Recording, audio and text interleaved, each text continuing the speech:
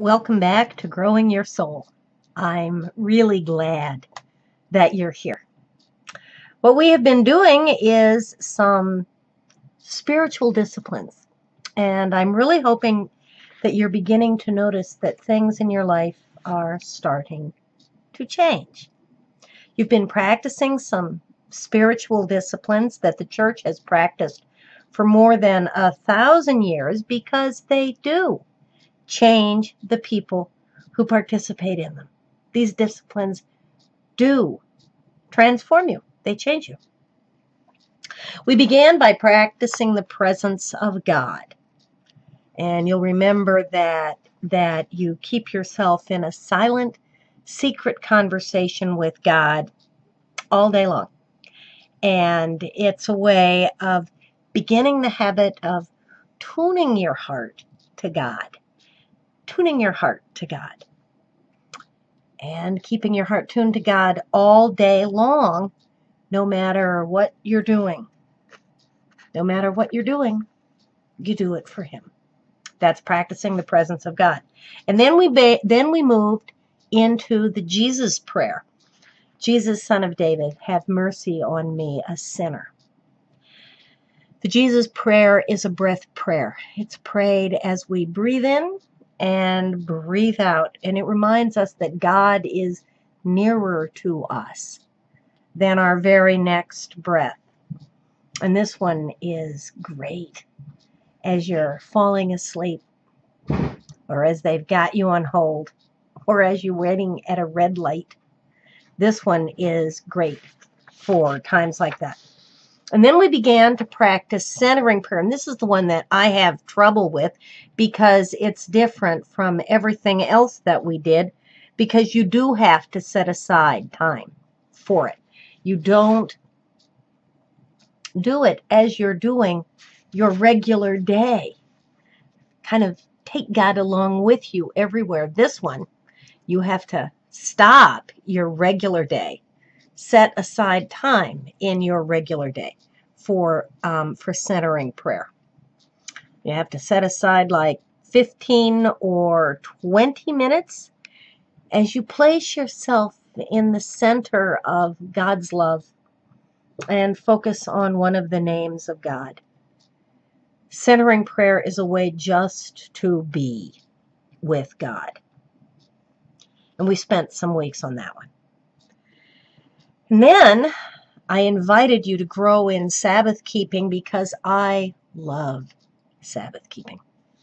Sabbath keeping is a way to set aside an entire day a week. And we spent some time working on this one. And I hope that you are continuing to work on each of these.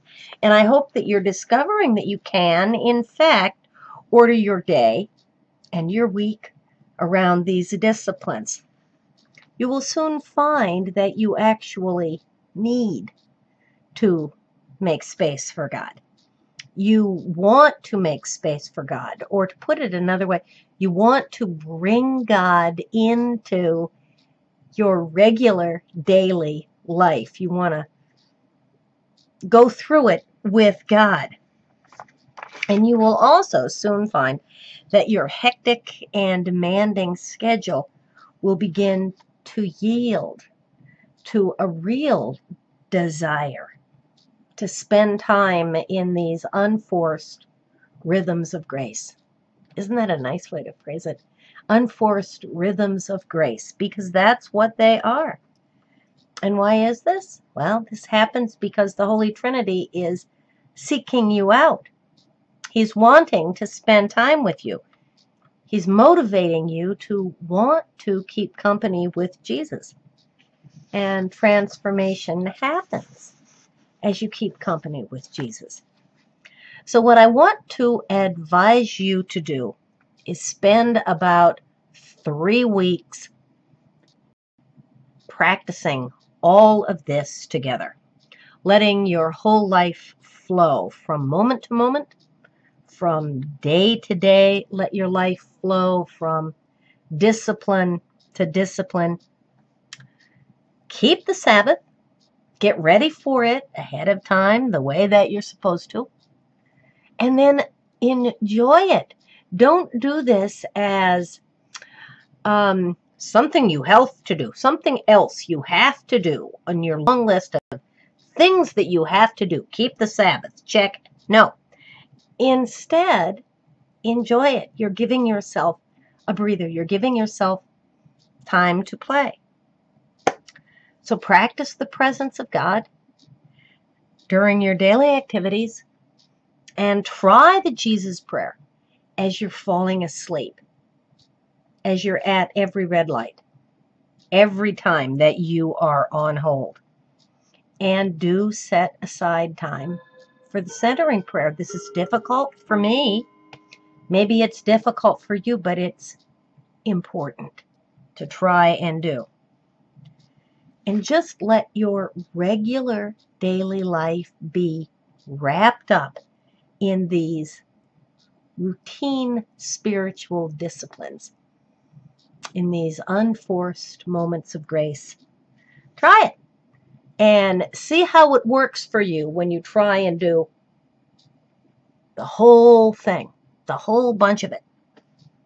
My prayer for you is that it will help you recover your life, and it will help you live freely and lightly with God and with yourself. And I'd like you to email me about how it goes if you want to. My email address is NAGrimmer, GRIMMER, the number 1, NAGrimmer1 at msn.com. I would love to hear from you, and I'll email you back. In any case, have fun with this whole panoply of spiritual discipline, and I hope to see you soon at Growing Your Soul, and then we'll do something completely different. But for right now, do the whole thing. And I don't mean, this is not do all of the spiritual disciplines that there are. What I mean is do everything that we have been working on since we've begun our time together. And I'll hope to see you again soon at Growing Your Soul.